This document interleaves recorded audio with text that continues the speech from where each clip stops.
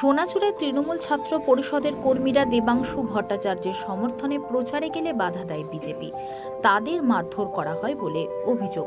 তার প্রতিবাদে নন্দীগ্রাম সীতানন্দ কলেজের সামনে রাস্তায় টায়ার চালিয়ে বিক্ষোভ তৃণমূল ছাত্র পরিষদের। পরে জেলা নির্বাচন কমিটির অবজারভার রাজীব ব্যানার্জি বিক্ষোভকারীদের সাথে কথা বলে অবরোধ তুলে নেয়।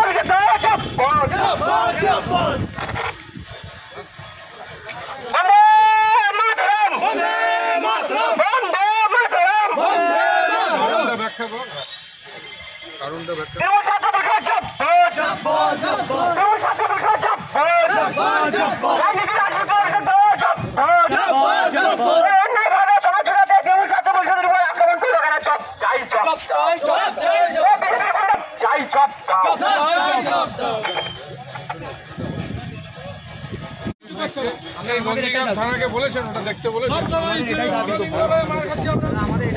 থানা কমপ্লেন করছে তো বাবুকে বলা হয়েছে অফিসিয়ালি পার্টির তরফ থেকে থানায় কমপ্লেনটা করুন। এখানে এত মানুষজন অসুবিধা হচ্ছে, আমি তুলে বিকট করি স্যার, ঠিক আছে? এত মানুষ আপনি কোনো দায়িত্ব নিচ্ছেন তো? হ্যাঁ আমি নিচ্ছি, ঠিক আছে।